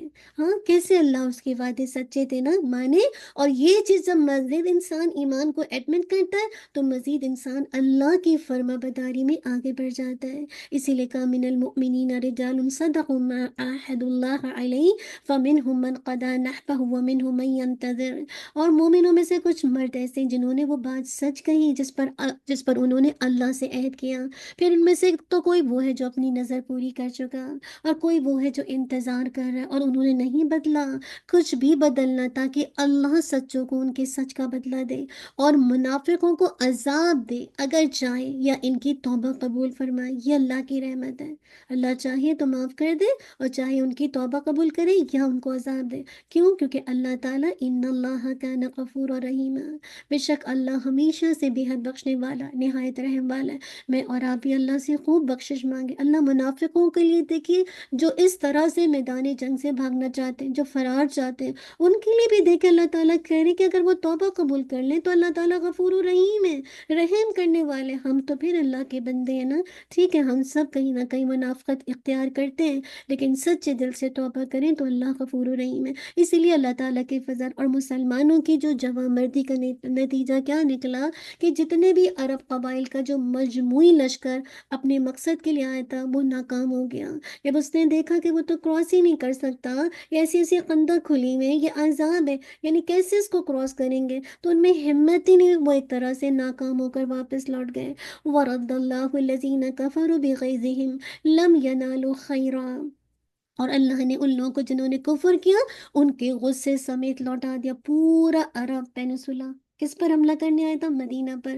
کیسے خندق ہو دی اور کس طرح سے اللہ تعالیٰ نے مسلمانوں کو بچایا؟ تو کہا ان کے غصے سمیت ان کو لوٹا دیا، انہوں نے کوئی بھلائی حاصل نہ کی، اور اللہ مومنوں کو لڑائی سے کافی ہو گیا۔ اللہ جیسے انسان کے دل میں جو حکمت ڈال دے اور انسان جیسے اپنے آپ کو پروٹیکٹ کر لے، اور اللہ ہمیشہ سے بے حد قوت والا، سب پر غالب ہے۔ اب ہوا یہ کہ جن یہود نے مشرکین سے ساز باز کر کے مسلمانوں کے پیچھے سے حملہ کرنے کا پروگرام بنایا تھا، یعنی انہوں نے جو ایک معاہدہ تھا، کانٹریکٹ ہے، اس کو توڑا تھا، تو اللہ کے نبی صلی اللہ علیہ وسلم نے ان کی پلاننگ کے سبق، یعنی جو انہوں نے پلاننگ کرے تو اس کو ناکام کر دیا۔ جب مشرکین کا لشکر ناکام لوٹ گیا تو اللہ کے نبی صلی اللہ علیہ وسلم نے یہودی کو غداری کا سبق سکھانے کا حکم جاری کیا۔ تمام صحابہ نے تھکاوٹ کے باوجود ہتھیار اٹھائے اور بنو قریظہ نے یہ کام کیا تھا۔ بنو قریظہ کے قبیل جو کہ یہود کا قبیلہ تھا، ان کے قلعوں کا محاصرہ کر لیا۔ یہود مروب ہو گئے، ایک طرح سے نا ایک دم سے گھبرا گئے اور کہنے لگے ہم اس شرط پر ہتھیار ڈالنے پر تیار ہیں کہ ہمارا فیصلہ سعد بن معاذ رضی اللہ عنہ کریں گے۔ اللہ کے نبی صلی اللہ علیہ وسلم نے فرمایا ہمیں بھی سعد رضی اللہ عنہ کا فیصلہ منظور ہے۔ تو اللہ تعالیٰ فرماتے وَأَنزَلَ الَّذِينَ ظَاهَرُوهُم مِّنْ أَهْلِ الْكِتَابِ مِنْ صِيَاصِيهِمْ وَقَذَفَ فِي قُلُوبِهِمُ الرُّعْبَ، کہا اور اس نے ان اہل کتاب کو جنہوں نے ان کی مدد کی تھی، ان کو نہیں کرنا چاہیے تھا، کانٹریکٹ تھا، جب مدینہ میں ساتھ رہتے تھے تو نہیں بریک کرنا چاہیے تھا، انہوں نے ان کی مدد کی مشرکوں کی، ان کے قلعوں سے اتار دیا اور ان کے دلوں میں رعب ڈال دیا۔ ایک گروہ کو تم قتل کر رہے تھے اور دوسرے گروہ کو قید کرتے تھے، اور تمہیں ان کی زمین اور ان کے گھروں اور ان کے مالوں کو اللہ تعالیٰ نے وارث بنا دیا، اور اس زمین کا بھی جس پر تم نے قدم نہیں رکھا تھا، اور اللہ ہمیشہ سے ہر چیز پر کیا ہے، وَقَانَ اللَّهُ عَلَىٰ كُلِّ شَيْءٍ قَدِيرًا، ہر چیز پر پوری طرح قادر ہے۔ سعد بن معاذ رضی اللہ عنہ نے فیصلہ کیا تھا کہ ان کے تمام اموال کو ضبط کر لیا جائے، عورتوں اور بچوں کو غلام بنا لیا جائے، اور تمام جوان مردوں کو قتل کر دیا جائے۔ یاد رکھیے یہ فیصلہ کوئی ذاتی انتقام یا غصے کی بنیاد پر نہیں تھا، بلکہ یہ فیصلہ جو بین الاقوامی جنگوں کے اصول تھے نا اس کے مطابق تھا۔ انہوں نے غداری کی تھی، لہٰذا اس فیصلے کو فریقین نے قبول کیا اور مدینہ ہمیشہ کے لیے یہود سے پاک ہو گیا۔ اور جب پاک ہو گیا تو آخر میں بتا دیا، آخر میں جو بات کی گئی کہ اس صورت میں ان حالات پر ایک طرح کا کمنٹس ہے، ایک طرح کا تبصرہ ہے، اور چونکہ مشرکین کا مدینہ پر یہ آخری حملہ تھا جو کہ قصبہ احزاب کے موقع پر، تو جب عرب کے قبائل ناکام ہو کر واپس پلٹ گئے تو اللہ کے نبی صلی اللہ علیہ وسلم نے فرمایا الآن نغزوہم ولا یغزوننا نحن نسیر الیہم، اب ہم ان سے جنگ کریں گے اور وہ ہم پر چڑھ کر نہ آ سکیں گے، بلکہ ہم ہی ان پر فوج کشی کریں گے۔ اور واقعی حقیقتاً ایسا ہوا کہ اس کے بعد کوئی بھی دشمن مدینہ پر حملہ کرنے کی جرت نہیں کر سکا۔ اس لیے اللہ تعالیٰ نے اسلامی معاشرت کے اصلاح کے لیے کچھ اصول بنائے جو کہ انشاءاللہ اگلے پارے کے اندر اس سورہ الاحزاب کے اندر پڑھیں گے۔ اللہ سبحانہ و تعالیٰ ہم سب کو جو یہ احکامات ہیں ان پر عمل کرنے کی توفیق عطا کر دے۔ جزاک اللہ خیر، بارک اللہ فیک، ربنا تقبل منا انک انت السمیع العلیم وتب علینا انک انت التواب الرحیم، سبحانک اللہم وبحمدک نشہد ان لا الہ الا انت نستغفرک ونتوب الیک، سبحان ربک رب العزت عما یصفون والسلام علی المرسلین والحمد للہ رب العالمین۔ جزاک اللہ خیر، بارک اللہ فیک، السلام علیکم ورحمۃ اللہ وبرکاتہ۔ وعلیکم السلام السلام ورحمۃ اللہ وبرکاتہ۔ وبرکاتہ۔ جزاکم اللہ خیرا۔ جزاک اللہ خیرا کثیرا۔ وأحسن الجزاء۔